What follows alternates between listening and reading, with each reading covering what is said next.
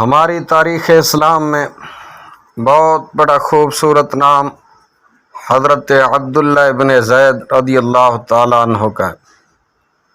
خواب میں اذان سیکھی، اصحاب صفہ میں سے آپ کا شمار ہے، کاتب وحی بھی تھے۔ ساری زندگی حضرت نے نکاح نہیں کیا۔ وہ کہنے والے نے کہا کہ تیرے عشق میں یار ہم نے کیا کیا نہ کیا، صبر ایوب کیا، گریہ یعقوب کیا، نکاح نہیں کیا۔ جوانی گزر گئی، بڑھاپا آیا۔ ایک دن بیٹھے حدیث مبارکہ پڑھ رہے تھے تو اس میں پڑھا کیا نبی کریم صلی اللہ علیہ وآلہ وسلم کا فرمان ذی شان، جس کا مفہوم یہ تھا کہ جنت میں کوئی اکیلا نہیں ہوگا جو نکاح کی عمر میں نہیں پہنچا، یا پہنچا بھی تو کسی وجہ سے نہیں ہوا، اور وہ مسلمان ہی مرا تو اللہ مسلمان مردوں اور عورتوں کا جنت میں آپس میں نکاح کر دے گا۔ جب یہ حدیث پاک پڑھی تو دل میں خیال آیا، یہاں تو نکاح ہی نہیں کیا تو جنت میں تو ہونا ہی ہونا ہے، تو جنت میں میری بیوی کون ہوگی؟ دعا کی اللہ کے حضور، یا اللہ مجھے دکھا دے، مجھے دکھا تو صحیح کہ جنت میں میری بیوی کون ہوگی۔ پہلی رات دعا قبول نہیں ہوئی، دوسری رات بھی دعا قبول نہیں ہوئی، تیسری رات دعا قبول ہو گئی۔ خواب میں کیا دیکھتے ہیں؟ کالے رنگ کی ایک عورت ہے، حضرت بلال حبشی رضی اللہ تعالیٰ عنہ کے مبارک دیش کی رہنے والی، حبشہ کے دیش کی، اور وہ کیا کہتی ہے؟ میں میمونہ ولید ہوں، میں بصرہ میں رہتی ہوں۔ پتہ مل گیا، آنکھ کھلی، حضرت کی تہجد کا وقت تھا، نوافل پڑھے، نماز فجر باجماعت ادا کی، سواری لے کر حضرت عبداللہ بن زید بصرہ چلے گئے۔ وہاں لوگوں نے بڑا پرتپاک استقبال کیا، حضرت کا نام ہی بہت بڑا تھا۔ بٹھا کر پوچھا، حضرت بتائے بغیر کیسے آنا ہوا؟ خیر تو ہے؟ آپ نے پوچھا، یار یہ تو بتاؤ یہاں کوئی میمونہ ولید رہتی ہے؟ لوگوں نے حیران ہو کر پوچھا، حضرت آپ اتنے دور سے چل کر میمونہ ولید سے ملنے آئے ہیں؟ آپ نے فرمایا، کیوں، اس سے کوئی نہیں مل سکتا؟ نہیں حضور، وہ تو دیوانی ہے، لوگ اسے پتھر مارتے ہیں، اور قربان جاؤں حضرت ہر پتھر ہر شخص نے ہاتھوں میں اٹھا رکھا ہے، جب سے وہ کہنے والے نے کہا نا، سنگ ہر شخص نے ہاتھوں میں اٹھا رکھا ہے جب سے تو نے مجھے دیوانہ بنا رکھا ہے۔ کہا حضور لوگ اسے پتھر مارتے ہیں۔ حضور نے پوچھا کیوں مارتے ہیں؟ حضور کام ہی ایسے کرتی ہے، کوئی رو رہا ہو تو اسے دیکھ کر ہنسنے لگ جاتی ہے، اور کوئی ہنس رہا ہو تو رونا شروع کر دیتی ہے۔ وہ اجرت پر پیسے لے کر لوگوں کی بکریاں چراتی ہے، آج بھی وہ ہماری بکریاں لے کر جنگل میں گئی ہوئی ہے۔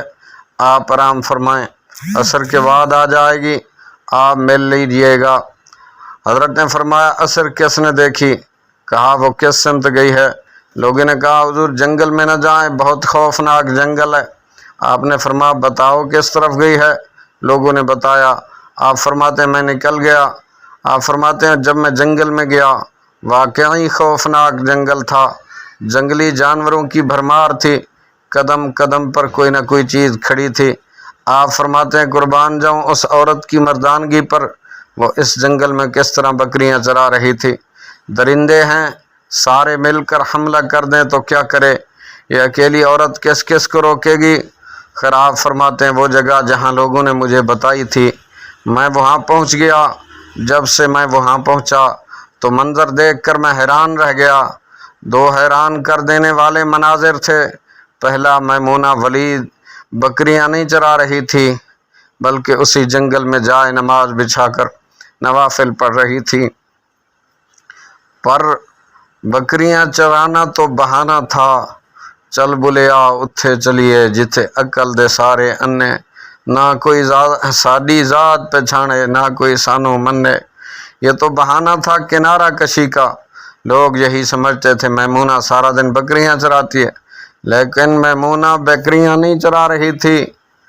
اللہ اکبر، کیا شعر ہے کہ ڈھونڈ پھر وہی فرصت کے رات دن کے بیٹھے رہیں تصور جانا کیے ہوئے، دل میں یاد تیری ہو اور گوشہ تنہائی ہو، پھر تو خلوت میں بھی عجب انجمن آرائی ہو۔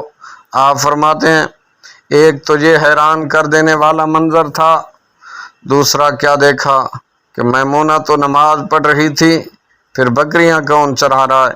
بکریاں تو ایک جگہ رکتی نہیں ہیں، کبھی ادھر جاتی ہیں اور کہیں ادھر جاتی ہیں۔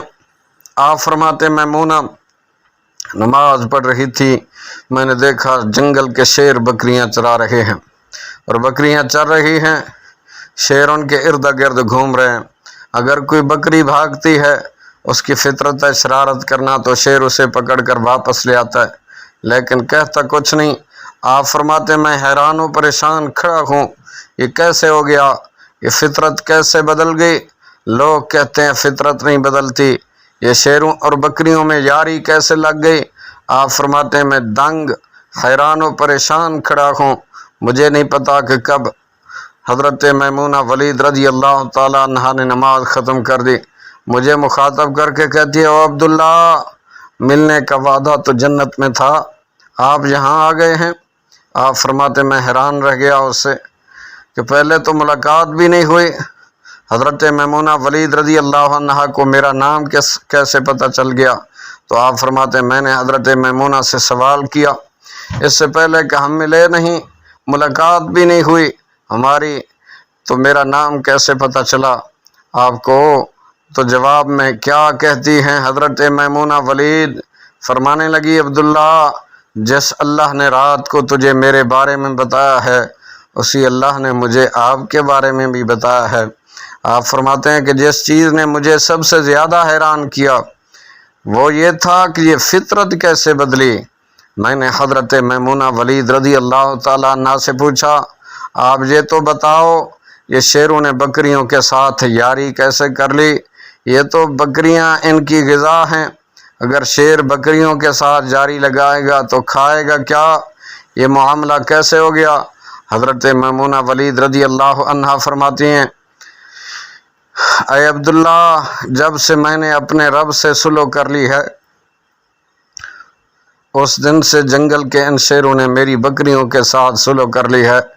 آپ سب لوگ بھی یارو صلح کر لو، صلح کر لو یار، یاری لگا لو، اپنے رب سے کہیں دیر نہ ہو جائے، رب کے ساتھ اپنا تعلق مضبوط کر لو۔